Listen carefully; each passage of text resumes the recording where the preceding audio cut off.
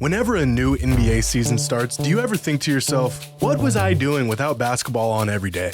I do. LeBron is still a freak of nature. Steph is still the best shooter in the world. Nikola, this is my side hobby, Jokic continues to make the NBA look like a developmental league, and Victor Wembanyama is as good as advertised. The NBA is back, and it's better than ever. Today's video is sponsored by DraftKings. Brothers, it's been 4 long months. No games. No sweating out random Thursday afternoon matchups. No Shaq and Chuck goofing off and butchering 80% of their TV segment. No basketball. But we're back! Basketball season is upon us, and DraftKings is here to get you in on the action. New customers download the DraftKings app, use promo code JimmyHighRoller, bet just $5 on any basketball game, and get $200 in bonus bets instantly. That's right, receive $200 in bonus bets for simply placing a $5 wager. And check this out, if you're already signed up with DraftKings, you can get a no-sweat same-game parlay or SGPX. Place a same-game parlay. If your bet doesn't hit, you will get a bonus bet back. Max reward limits apply. They're setting you up for success. It doesn't get much easier than this. Kick off your season with a dub. Download DraftKings Sportsbook app now. New customers use promo code JimmyHighRoller. Bet just $5 on any basketball game and get $200 in bonus bets instantly. That's promo code JimmyHighRoller only at DraftKings Sportsbook. With 1 week of NBA games in the books, would it be too early for me to jump to some wildly bold conclusions on a season that just started? Absolutely. Is that gonna stop me from making some wildly bold conclusions on a season that just started? No, of course not. So here is everything that happened in week 1 of the NBA in about 10 minutes. Breaking news, LeBron James is still really good at basketball. The Lakers look mediocre, but LeBron in his 40th season at the ripe age of 62 is still chugging along, averaging 22, 9, and 7 a game on 62% shooting, while playing the least amount of minutes per game and having the lowest usage of his entire career. In fact, the highest single game score from a player in their 21st season in NBA history is 17.2 by Dirk Nowitzki in 2019. Until LeBron James surpassed that mark, which he has already done 3 times this season. Unfortunately, him and AD are being anchored down by teammates who couldn't make a shot even if you paid him $50 million. Unless this is some sort of Mandela effect and I can't remember correctly, Gabe Vincent just eviscerated the Celtics in last year's playoffs. What happened? In other news, this season the NBA rolled out a new set of load management rules and violations in hopes that it would deter teams from resting star players. It has not. James Harden still holds the crown as the NBA's biggest diva as he continued to play mind games with the 76ers until they traded him to the Clippers for pennies on the dollar. The 3rd time he has done this in 4 seasons, proving once again that if you're talented enough, you can get away with whatever you want. Which is really cool since I drafted Harden way too early in fantasy this year. Why I chose to do this?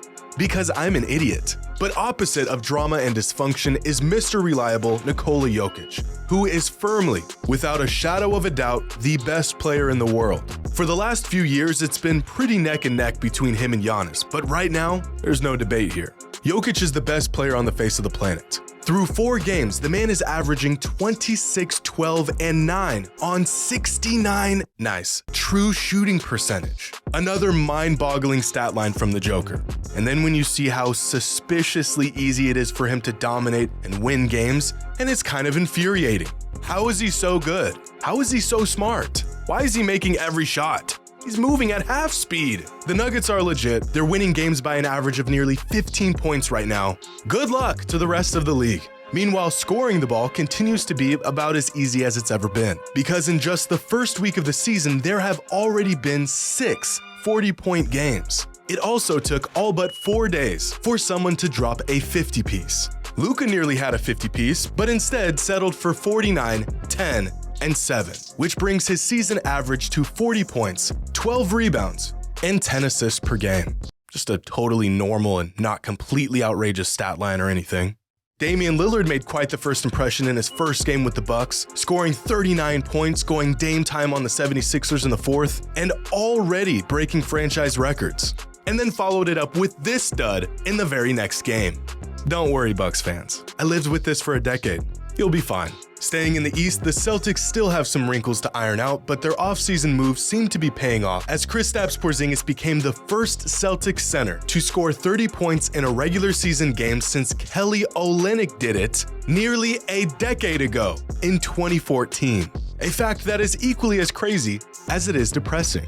Ben Simmons is back on the court and doing stuff like this, which is truly remarkable because how he can sling passes with pinpoint accuracy from 60 feet out, but can't seem to knock down a simple jump shot is baffling. You'd think the two abilities would be correlated in some way, but in the case of Ben Simmons, they are not.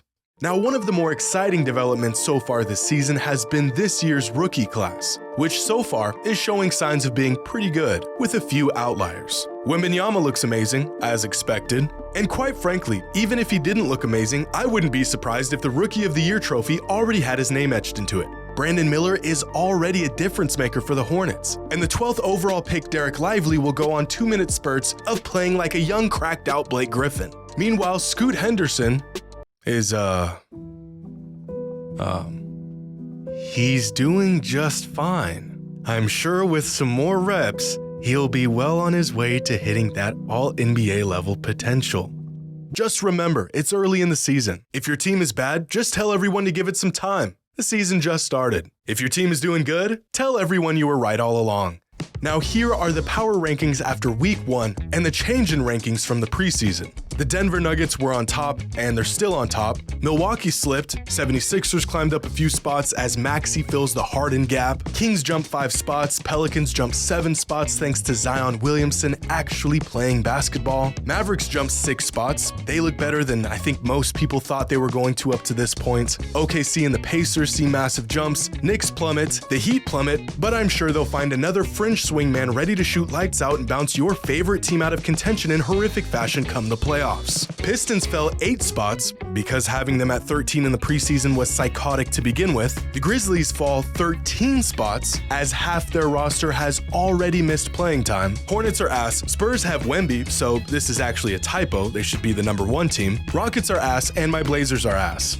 It's funny because I thought the situation in Portland couldn't get any worse. And yet 1 week into the season, and it's somehow even worse. And finally, here are our criminally early NBA season awards, which I really shouldn't do.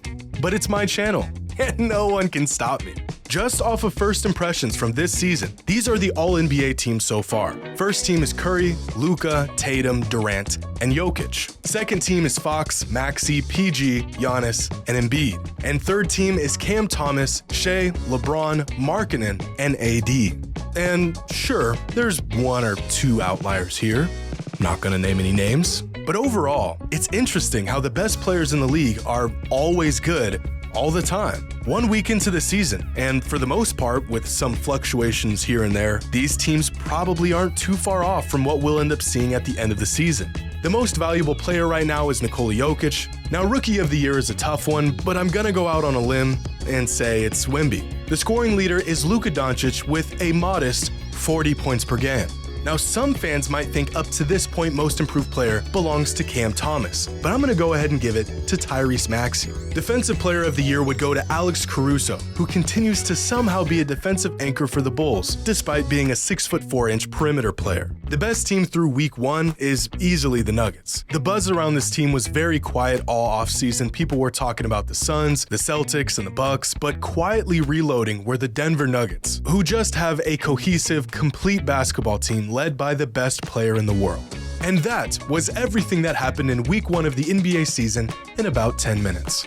Hope you all enjoyed. And as always, until next time.